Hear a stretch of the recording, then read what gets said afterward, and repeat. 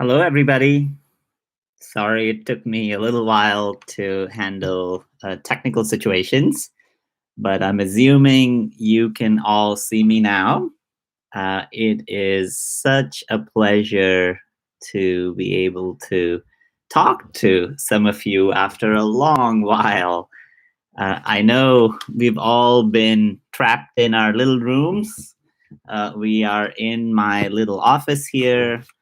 And I think although it's not going to be interactive in the way as if you and I were all in the same room, I will try to share certain sets of explorations and how I've been spending my time in quarantine. And you might find that fun and enjoyable. So before we begin, just a quick introduction. My name is Manu. I am a professor at Stanford. I've been teaching for the last 8 or 9 years. I don't even remember. It's been a long while now. And one of the things with my student at that time, Jim Zabolski, and now a very large team we call Team Foldscope, we created Foldscope. And many of you have used and enjoyed these tools. You know, we have been thinking quite a lot about how to share science more broadly to make it much more accessible in our daily lives. And for the last 7 years, it's been just such a joy to have all of you in our lives. You know, I know Mo and Edu and people around the world who are connected. It's just, I cannot thank you all enough for sharing your curiosities with all of us. It's a very large community. And how does a community stay together? A community stays together by hanging out.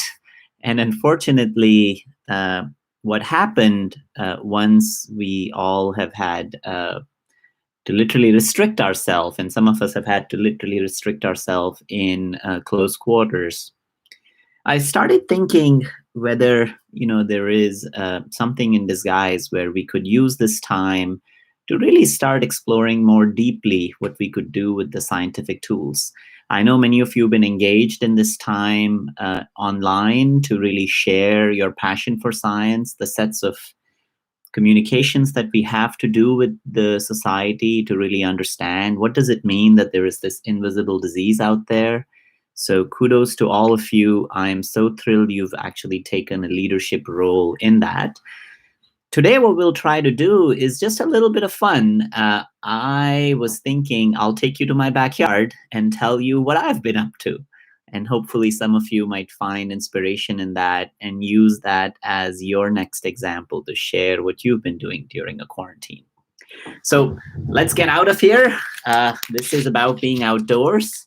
And although I'm going to be juggling this massive computer of mine, let's walk outside. So this is my little backyard. I cleaned it up a little bit for all of you. And what we're going to do is spend some time in my tent. Today, I want to share a little bit about the history of Foldscope with all of you, where it came about, and how, as a community, we can think about scaling many of our ideas. So welcome to the little tent. After that, we'll spend a little bit of time just exploring our own backyard. This type of a workspace should look very familiar to all of you Foldscope users. And then in the very end, I have a special gift for you. I pulled together some of my favorite books that we can walk through and talk about that might get you started on thinking about how to share the microscopic world with the young ones in your lives or your grandparents, for example, anybody you want to engage in science. Just a little bit about this is my work office for the last month. I have been enjoying working outdoors because I was missing going out. What we will try to do is walk around the garden a little bit to just first learn how to collect samples. And the art of exploration is truly in observation. And all of you have very acute eyes. And so I think we're going to go down this backyard, try to keep collecting a little bit of samples. A few ideas on samples. There is a very famous biologist that once told me, Dan Zenzen. He is a naturalist and literally lives in a house in a rainforest in Costa Rica. He said a biologist should never be caught without two things. One I was able to guess, which was a flashlight. But the second, he said, was a little Ziploc bag for collecting your samples. So any little Tupperware, anything that you can find around, just keep it around in your pocket. So we're going to use this Ziploc bag as we walk through exploration. I have something of a surprise in the end here, but let's go for a quick walk and get some samples. And there is something very special that I have literally been waiting for almost a year to show you all, which has been growing in the garden, and I was waiting for it to bloom, and it finally bloomed a week ago. So if we are lucky, we'll get a chance to see that surprise. But let's walk around.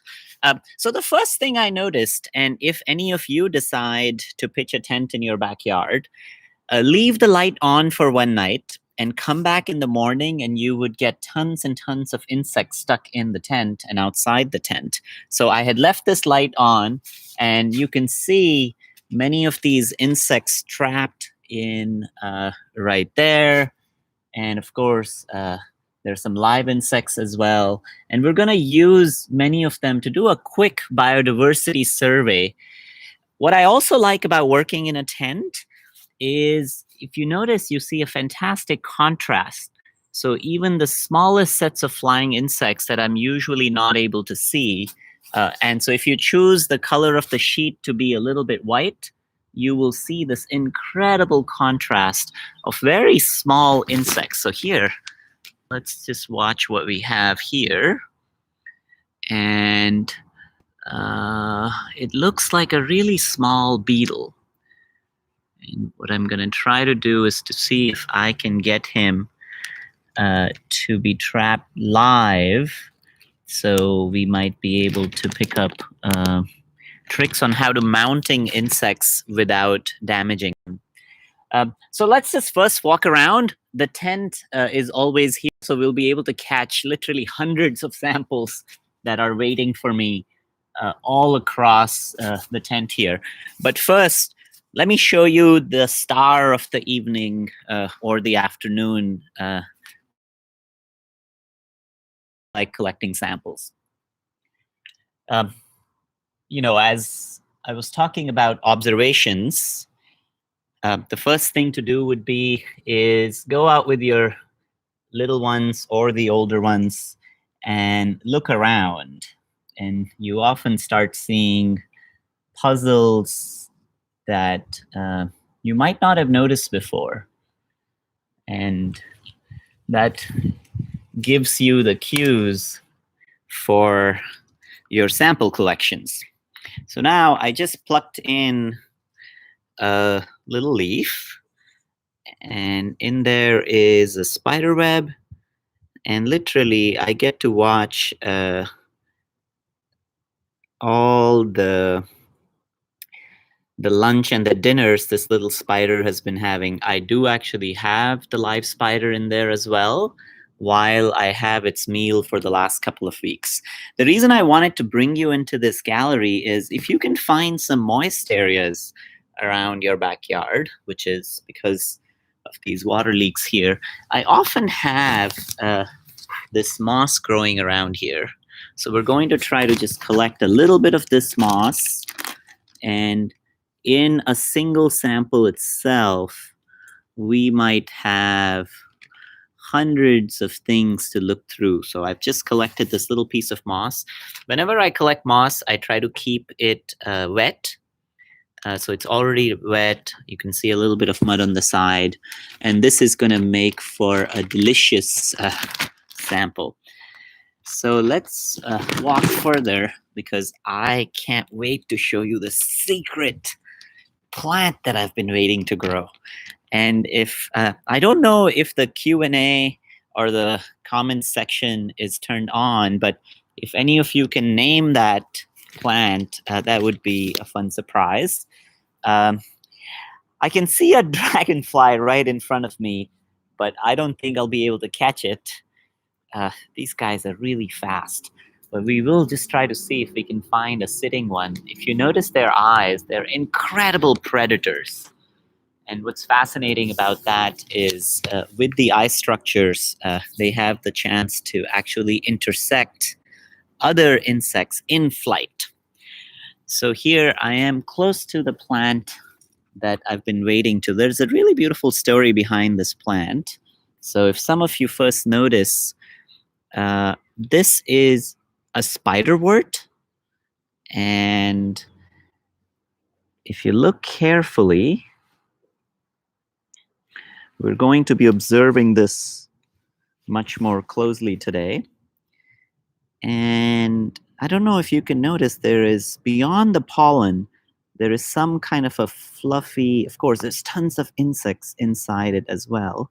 But there's a little bit of this fluffy material, and that's what I'm really interested in. And I've only imaged it once before in my life, and then the plant actually died, and I waited a whole year for this to grow back again, and today I get to share it with you. So what I'm going to try to do is to just take one piece of it and also take the associated insects that come with it. And some of you have probably already figured out why I'm so excited about this plant, but for others, you have to wait before we actually take a look at it. So as you can see, you could just spend hours and hours and hours in your own backyard trying to find things. This is a surprise for me. This is probably the first time. Maybe I'm not looking close enough, but I'm sure you've identified. This is the first snail I've identified in my backyard. This, interestingly, it seems to be dead. And it died attached to the leaf. So we'll also just pick that up. Of course, when you're collecting samples, you have to both be careful and think about the ethics of studying life. So usually when I'm thinking about collecting, I'll collect insects, plant samples, but vertebrates I will not collect, primarily because this is something that you have to yourself think about from an ethical perspective, and there's all kinds of arguments around pain receptors, and one of the things you should try to do is only collect what you will study. So let's move to the tent to see if we can make some samples. Okay. What do you think? Should we take one of these along as well? So, wow, there is a beautiful spider in here. I'll let you watch it just for a second. This is also kind of an art in some sense of looking in the nooks and crannies. Just like you find it difficult to search for things, the organisms are also literally hiding from you. So no surprise that you will find it hard to actually spot them the first time. But the trick about sample collection is no matter what you collect, you will find fascinating things to look for. So I think we have our little bag. That should be good enough. I often just use the same bag over and over again. And one of the things that we'll try to do is now try to actually look for some things that we might not have seen before. Okay, so we're back in our tent.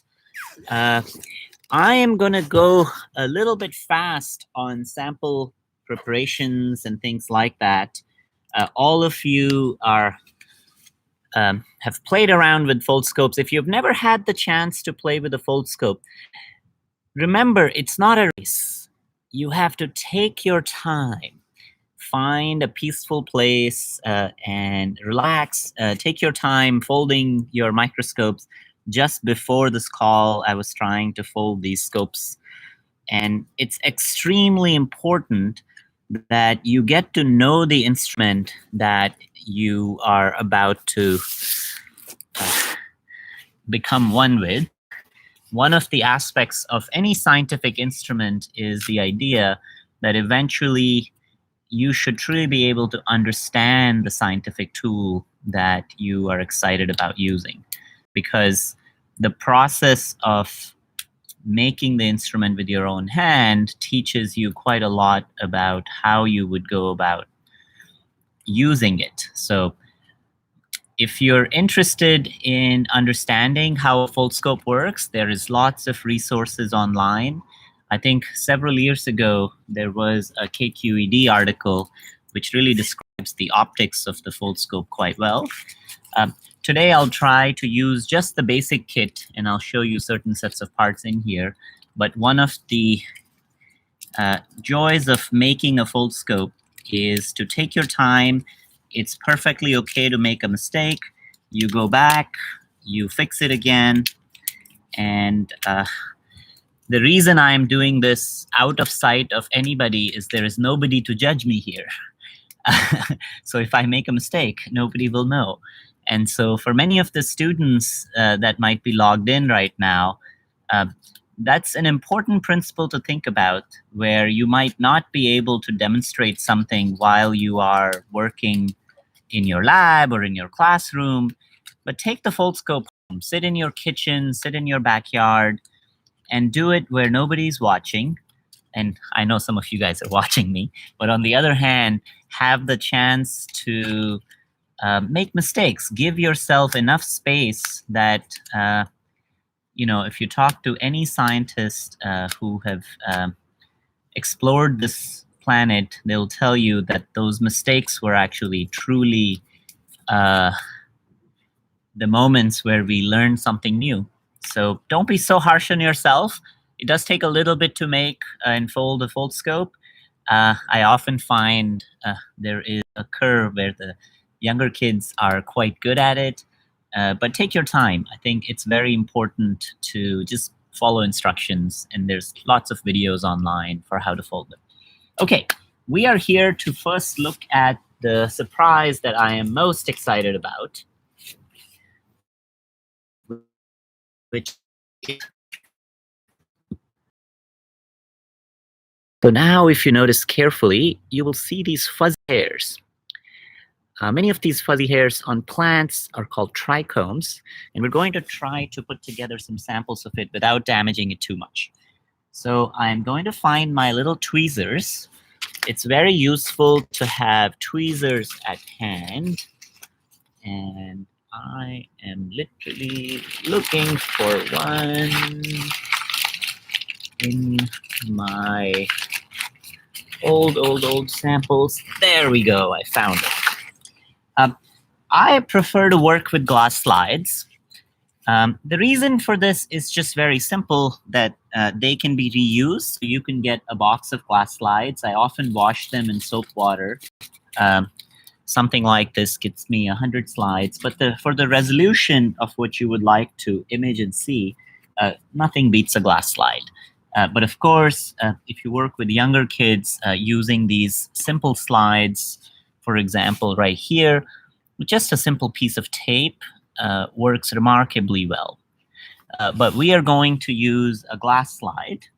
And what I'm going to try to do is take a little bit of the sample, mount it here, put a small cover slip or a plastic cover slips that are also in the kit. And then seal them. And so while I'm taking, just want to show you, you all can see the fuzzy hairs. You see the pollen. And I'll literally just put this as is, primarily because my hope is that some of the pollen and the stamen might keep the sample from squashing, and I'll tell you why I am trying to avoid this to be squashed. So while we are preparing these samples, I wanted to say a few words about documentation. So most often, we all have the chance, and you can see the wind is starting to pick up. This is also why I like the tent quite a lot, because sometimes it gives me just a little bit of a protection so my Foldscope doesn't fly away. And trust me, that has happened in the past. What I'll try doing is using a piece of tape. Once I've put the cover slip to seal the corners, I often think I am getting calls from friends that I'll try to avoid. Let's look at this. So just very classic trick. It's a Foldscope trick that all of you know so far. Cover the edges of the cover slips. So I have this glass cover slip. If I just directly insert it in here, I might not get the cover slip to stay in place. That makes sense. Another little trick of documentation is always take pictures of samples before you put them in the Foldscope. So here, I'm just going to take a picture of this in a background that gives me enough contrast, and you'll see the post online. So I've taken one picture of the sample, one picture of the actual object I picked up the sample in, and now we are ready to explore. So I also have a little light module here. We are outdoors, so you usually don't need it. But on the other hand, since we might be collecting data, it's very handy to have these little light modules. So we're going to mount the Foldscope slide. Another very simple trick, the sample always goes close to the lens. And if you put something in the Foldscope and you cannot focus it, most likely your slide is upside down. I've tucked it in. As you can see, another standard trick, these two edges should always be connected. And then we are ready to see. And literally, I don't know how you feel about it. I have been waiting to see this site for almost a year. The backstory is this plant was gifted to me by a gardener that I met in Vermont when I spotted spiderworts. I'd been looking for them for 5 years. Didn't see them. I spotted them. I had a Foldscope. I shared with the gardener why I was so excited. And she literally plucked it up and said, hey, here you go.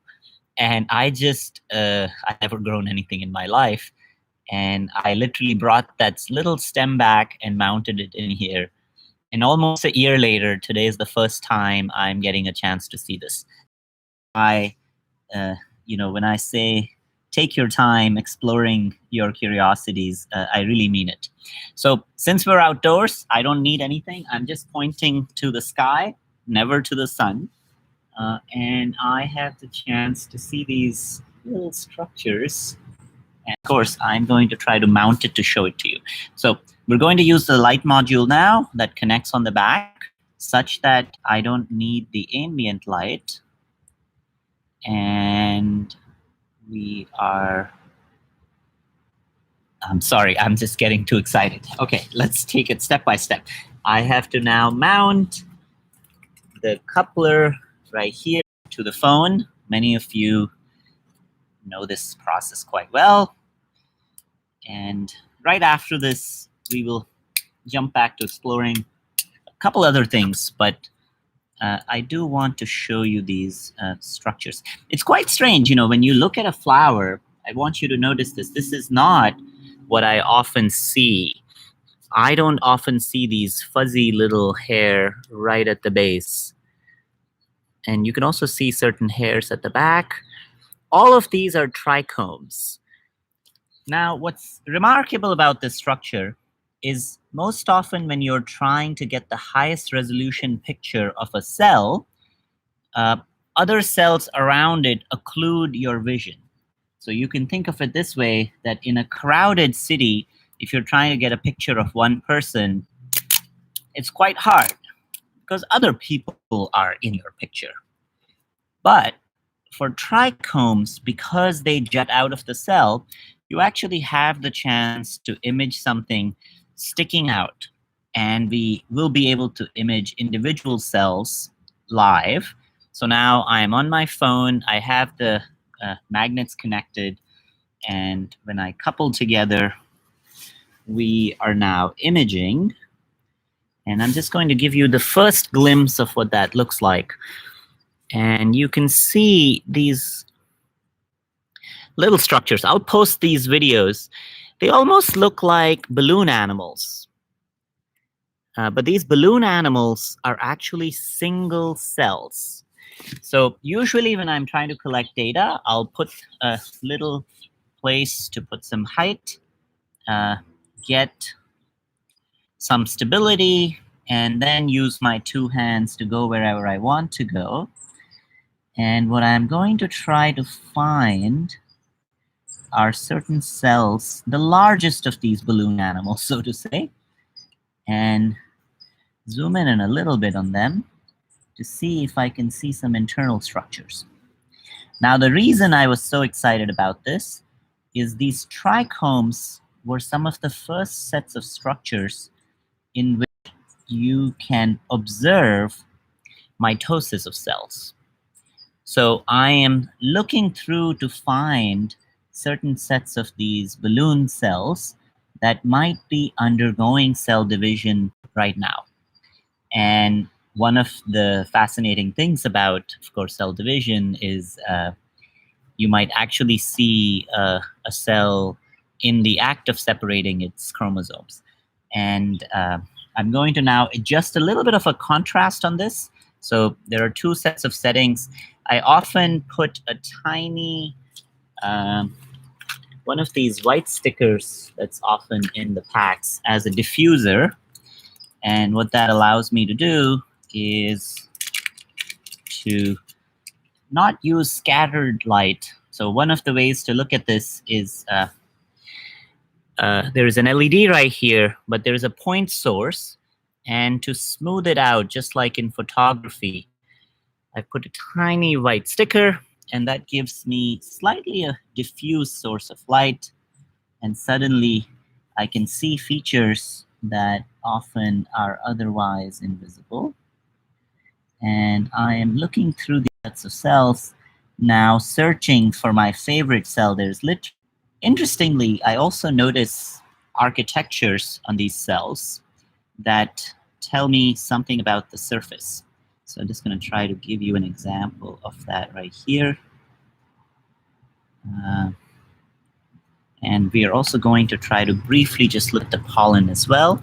So I move to the pollen, which is the yellow bit right there. And I'm going to try to zoom out. There is a lot of experts on pollen in our Foldscope community, and it's been just delightful to watch many of you share remarkable structures. I know Mo is probably online if he's not sleeping, and you should check out Mo and Lax's videos on pollen structures. And one of the things that we'll try to do is adjust. So what's interesting about this, so I'll just share this for a second. And I know probably in a live video, it's probably very hard for you to see these screens. And then the next time I really have to figure out how to do these sessions from my phone itself. But what's interesting is there seems to be a certain kind of adhesion that I can see. And in those adhesive pollen structures, because of course you can't get them too loose, but you can also not have them be sticking too tight, because otherwise, no matter what will come and visit that flower, they will never leave. And that's not the point of having pollen. So some of these structures are adhesive, but to an extent such that they can actually leave. So I am moving around here to find a lot more of these balloon animals. And one of the things that I'll try to do, or balloon cells, one thing that I will, oh, wait a second. Huh. That's interesting. Okay, I'll let you. What just happened is exactly the kind of moments that you want to happen in a Foldscope exploration. So try if, let's see, I'm going to make my screen as bright as possible. Beyond the reflections, you notice some vacuole-like structures in the cell. So let me just take a picture of that and share that with all of you. So here is the structure. Now I know it's clearly not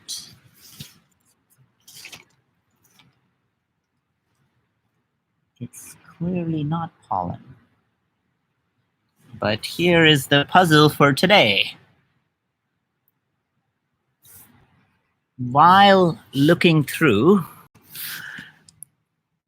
the stamen, I find these little vacuole-like structures. And they are very smooth in some sense. And you can see right next to it that it's, whoa. Okay, now I'm really puzzled. Take a look here. I also seem, I mean, right there is the pollen. You can see the one which does have a groove, while there are these other structures that are the same size but do not have any of these folds. And simultaneously, I also see some of these tubes. If you look carefully when I'll upload this picture, this tube seems to also be hollow. And I don't know if some of you are thinking what I am thinking. We might have just imaged a pollen tube, which is a remarkable structure that arises from a pollen, travels all the way down to the ovaries, so almost a centimeter down. It's a single cell that, of course, it's original. I mean, a pollen is a single cell. Once it arises, so what I might have actually plucked might have been one of these tubes going through the tip all the way down to where the ovaries of some of these flowers are. And I am quite puzzled to look at the structure. It really does look a similar size as pollen, except it's slightly swollen, which is, I'll just show that one more time. So if you have ideas on this, send me a message, post live on comments. We have just stumbled upon our, of course, I wanted to show you the balloon a cell dividing in a trichome cell. But before that, we have stumbled upon something that's interesting. And I'm also seeing these snake-like structures. So let's explore this a little bit more. And then I want to spend a little more time with all of you talking about what is to come. So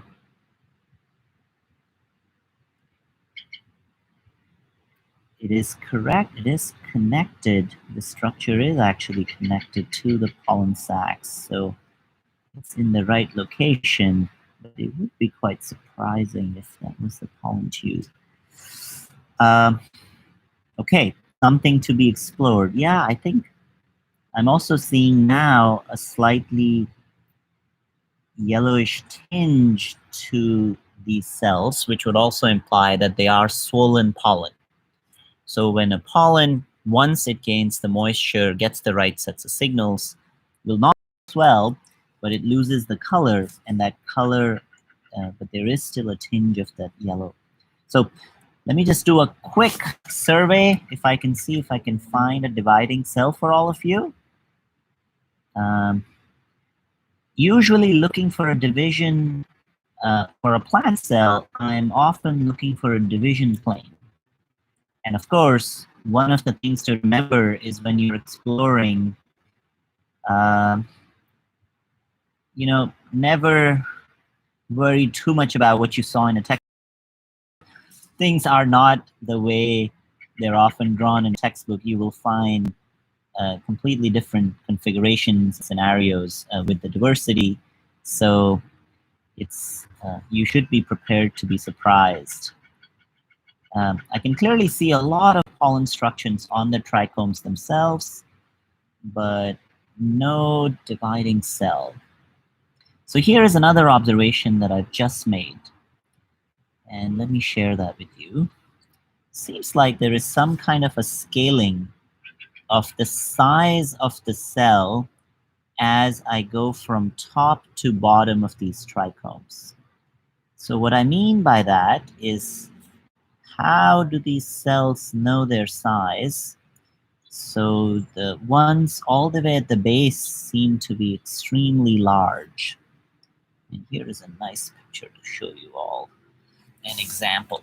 Now, all of these are single cells.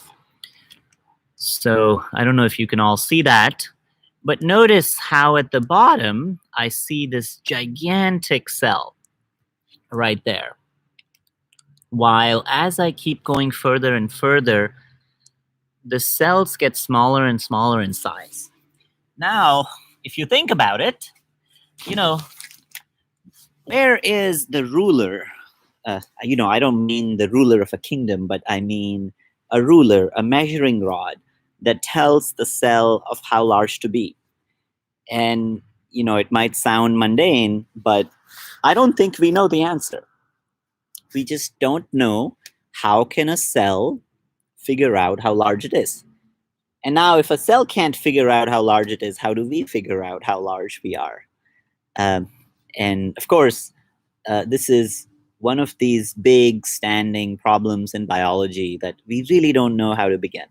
But this simple, humble trichome right here gives you a clue to think about this question, because clearly whatever signal tells a cell how large to be is being modulated along this structure. So let me just draw, and this will also give you another trick to follow. So one of my favorite travel supplies that I carry with my Foldscope, of course, amongst all the collection things, is right here, is one of my notebooks and my pencil box. And what's nice about this is I get the chance and write that down. And fortunately, also, so here is, this is really funny. This is reminding me of, I have not opened this particular notebook for a while.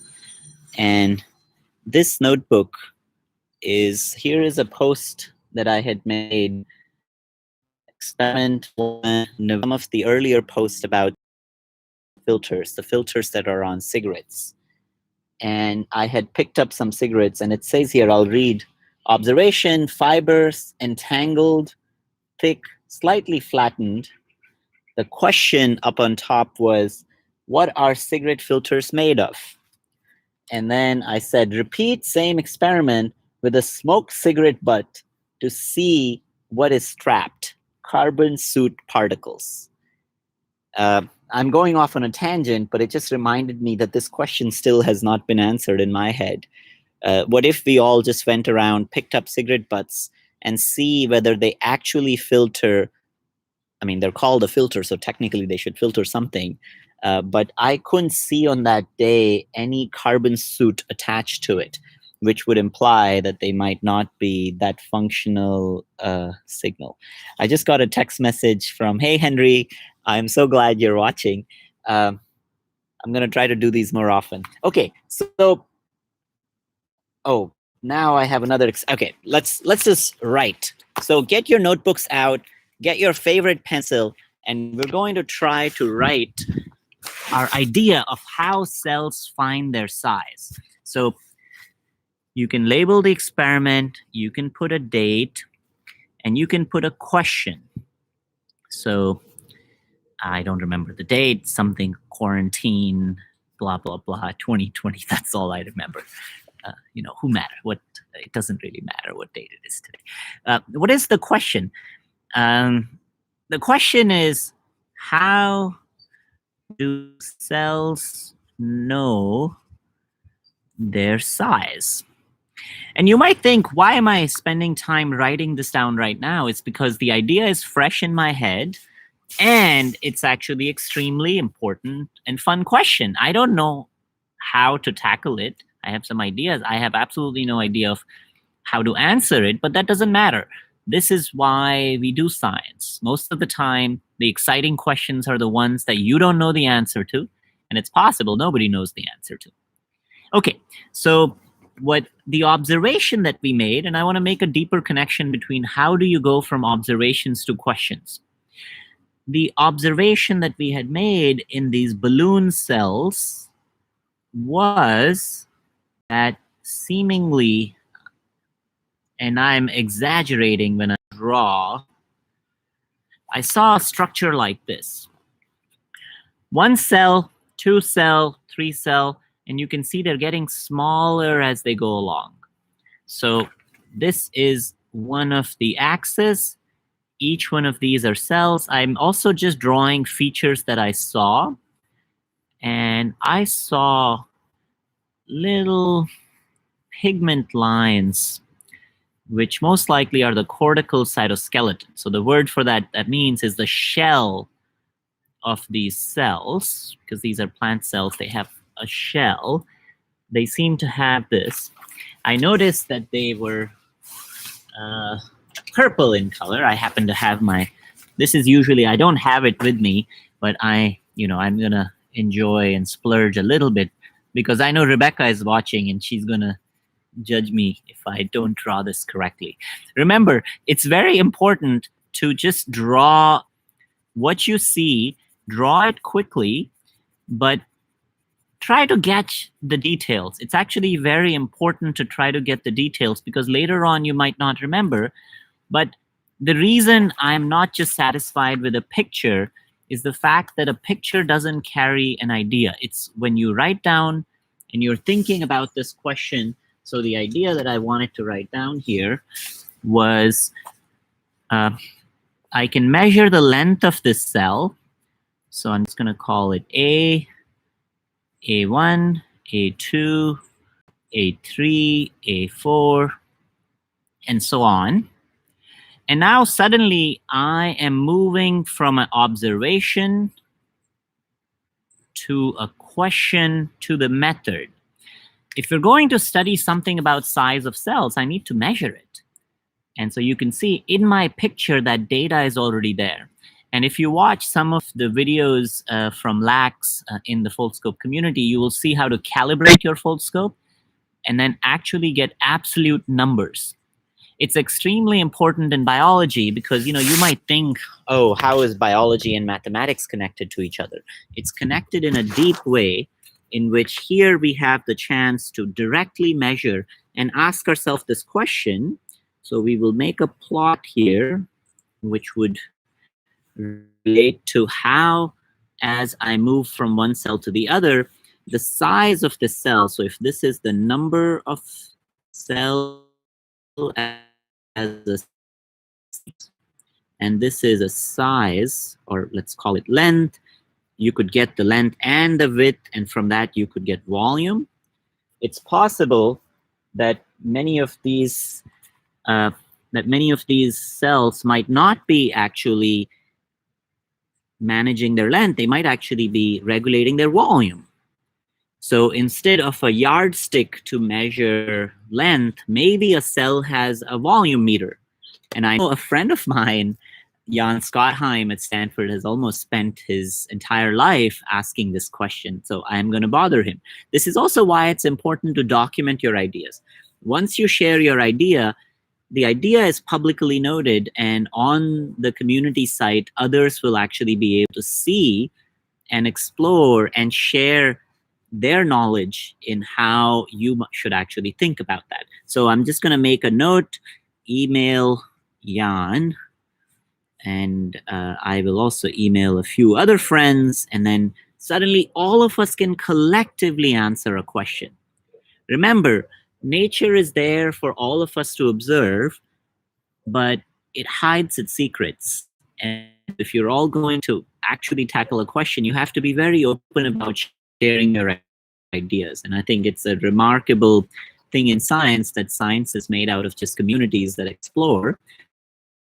You document what you do. Okay, changes as some kind of a curve that is faster than a line. And it might teach me something about how these sets of cells, because every cell is dividing into two, so it's making its volume half, and then the next one is half. So maybe it has to do with that. Maybe it has to do with who is the mother and who's the daughter. So you could do a time lapse, and maybe it's possible that this was the grandmother, the original cell. That cell divided in two cells, and then this was the second half that divided in to another half. Who knows? But the only way is if I could just simply take the flower that I had, put some moisture, and actually just do a time lapse to watch one of these cells dividing, it would give me a clue. Okay, so I have my observation. I am finally going to date this May 23rd, and you will see a post from me on Microcosmos from my notebook. Any other observations I want to make? The other thing that I find puzzling are cells connected to each other. Can they talk to each other? So in a balloon animal, you can imagine that the volume of air between one pocket of the balloon is not connected to the other because you twist it. So is that true? I could do an experiment. I could puncture this cell. So puncture. And now I am just going beyond thinking about how am I going to puncture it, and watch whether that has an impact on this cell immediately. And that could teach me something about whether there is a junction, a large connection. So maybe I am mistaken to think that these are isolated cells. Maybe it's just one single cell that's just connected by a giant cytoplasmic connections that talk to each other. So this is a puzzle to all of you. Let's see who in the Foldscope community can figure out a puncturing device that you can employ inside a Foldscope to poke and make a hole in a single cell. The reason I'm mentioning this is because my wife works on poking cells by using lasers. So of course, lasers are expensive. We can't mount a laser in here. What you should do is figure out something that's sharp enough. Please be careful. Mount it inside Foldscope and have the capacity to move it to see if you could puncture a cell. So I'm going to leave it here. So the second question that I just came up with was, are cells connected to each other? And if they were connected, they could talk to each other much more easily, much faster. They could help each other. They could transport things. But also, on the other hand, there are advantages of not being connected, because if your neighbor gets punctured by this poking cell needle, then it's not good for you. So here is a little cue. Make sure you always have a notebook in your hand when you're traveling. I really like my little pencil box, so I always have a few sets of pencils because it gives me an excuse to also just draw. So I know it's already 49 minutes, and I want to share a few books and a historical box with all of you. The reason I am so passionate about Foldscope is because just personally, it gives me pure joy to explore these ideas with you. We just literally lost an hour of our life and talking about sets of questions, but I had no idea what I was going to talk about other than I had been waiting for this flower to bloom for almost a year. And, I don't even know the scientific name of this flower, but none of that matters. What I hope that you take from this conversation is that you all have objects around you that have hidden questions everywhere. And the act of becoming a scientist, just like learning how to ride a bike, is asking lots and lots of questions and having lots and lots of ideas. That's the only recipe of having a good idea, is to have lots of ideas. So speaking of ideas, let's jump to a box that I found in my garage today. Jim, this is especially for you. The box is labeled Foldscope History. So here is a quick history lesson for all of you. You know, I think it was 2011, 2012. I went on some field trips and I came back with this notion of, hey, we got to build some microscopes. I met Jim and he joined the lab and we started exploring. And in this little box, I keep some of the oldest prototypes that Jim and I made, and you would be surprised. So this is some of the earliest ones. These were later. You can start seeing these start to look like the version 1 of the Foldscope that you are used to seeing. I don't know how many of you actually had this version of a Foldscope. I know some of you did. There is an intermediate version between that, but I'm just showing this to you to show you the evolution of ideas. What's fun about this one is you see it has 4 viewing points. Jim and I were exploring, could we actually make multiple lenses mounted in a Foldscope? And it had little permanent batteries. We went away to making these modules because this was not so reliable. But you notice it has 4 LEDs on the back.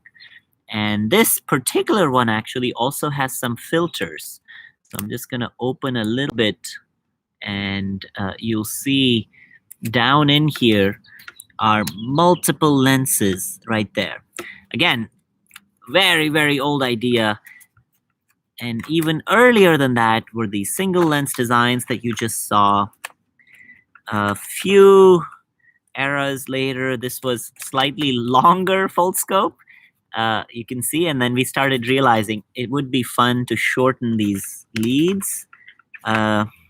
Here is an example of filters literally mounted directly. These are glass and plastic filters. And then we moved to very, very simple first crude ideas. You can literally see how simple this is, but has a reminiscence of what we were thinking about. And Jim at that time explored literally thousands of these ideas. So here is another one that we had put together. This one I remember was from a file folder that we had found in the lab. It's just cut in with a file folder. And finally, the origin of much of these comes from, I'm just going to check. I have somebody calling. I can ignore that for just one more minute. These are literally just made it out of matchsticks.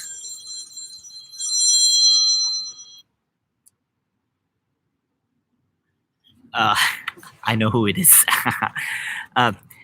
And right there, this is the very first Foldscope.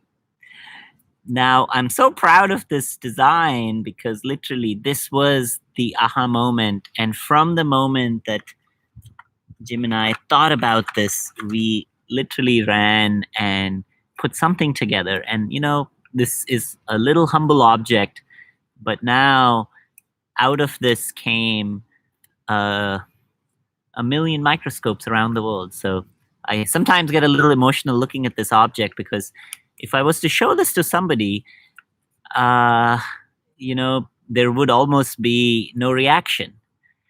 But, you know, this is the essence of an idea. And whenever you are thinking about your ideas, don't be disheartened that they don't look like what you might have seen elsewhere in the world. It's very important. It's your idea. That's what matters. And sometimes ideas need a lot of nurturing and watering. And I think this is what the entire Foldscope team, including Jim and everybody that's been involved, has done for this little project that then ended up becoming what Foldscope is today. Very soon, there is a new Foldscope coming out. I'm not going to tell you anything about it. You have to just wait for maybe a month or so. but I want to share some other historic objects that I've collected. When we released Foldscope, one day, I think it was a year or so in, one day I received a notebook. It was a handmade notebook by somebody. This was the earliest days of Microcosmos, and this happened to be just like the notebook that I was sharing with you, a Foldscope exploration notebook by an artist. And the artist wrote a letter about how this had allowed him or her, I actually don't even remember now, to explore the surroundings, but also just explore the microscopic views. So this is the macroscopic picture, that's the microscopic picture. And I've really kept this diary, and you can actually see that the samples have been taped. And then this is the microscopic view, that's the actual sample, that's the macroscopic. So sample, what it looks like at macroscopic scale, and right here is the microscopy picture and a quick idea. I think these notebooks, you might realize, are really inspirational in the sense that they hold the cues of all the origins of ideas. And I could just flip back and forth, just remarkable sets of, it says, punctured bruise on apple, white hair, do not tip. But, make sure that you have these little cues that will guide your mind, because the mind's like a sponge and you might completely forget what you saw. But these little sketches will remind you of ways, and then keep your samples together as well, because 100 years later, somebody could look at that sample back again.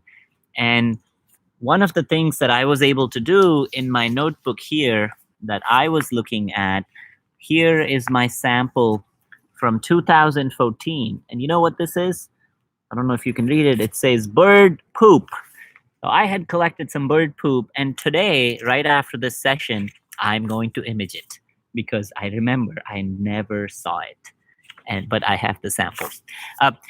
Lastly, I just want to show you a few books that I've been collecting, books like these, because it's extremely important to share science. Here's another one of my favorites. It's called One Small Square, which is when you go and look at one square, say, a meter by meter by meter, and actually just look at every possible thing that you can find. Here is a book on Leeuwenhoek's original microscopes and how they operate. Another Dover book, Adventures with a Microscope. Another one, I picked these up usually from garage sales, Exploring with a Microscope. This one is one of my favorites. It says, Through the Elementary Canal with a Gun and a Camera. We can avoid the gun. It could have said, Through the Elementary Canal with a Microscope, and that's it. But it's a journey if you were shrunk down and walked through somebody's elementary canal. So you get the idea. This is one that I picked in Ethiopia, I remember, which has beautiful pictures on just how to use microscopes. And I think, all these books are fun because they give you new ideas to explore. But also what's important is you should be thinking about writing these books, not just absorbing, because knowledge is not just packed in these objects, but it's also packed in nature around you.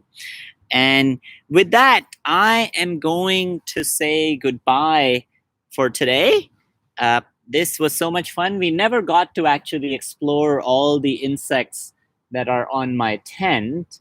And just so that you can see, I really have a lot of spectacular insects. I have something right there. Oh, this poor bug is going into my microscope soon. Right there. What's funny about it is the insect is small, but the wings are quite large. And why should they have large wings? I will let you think about it. And on that note, I'm going to say bye-bye. I have to put my kids to sleep. It was such a pleasure to see you all. Hopefully, we will try to do this every week from Foldscope super users around the world. And the super users, you know who you are. It is always such a joy to work with this community. And my hope is, although we can't meet in person right now, we will gather. We will gather soon. But while we are all huddled together fighting this terrible disease, let's make sure we share science and we enjoy science, because quite literally, our life depends on it. Bye, everybody.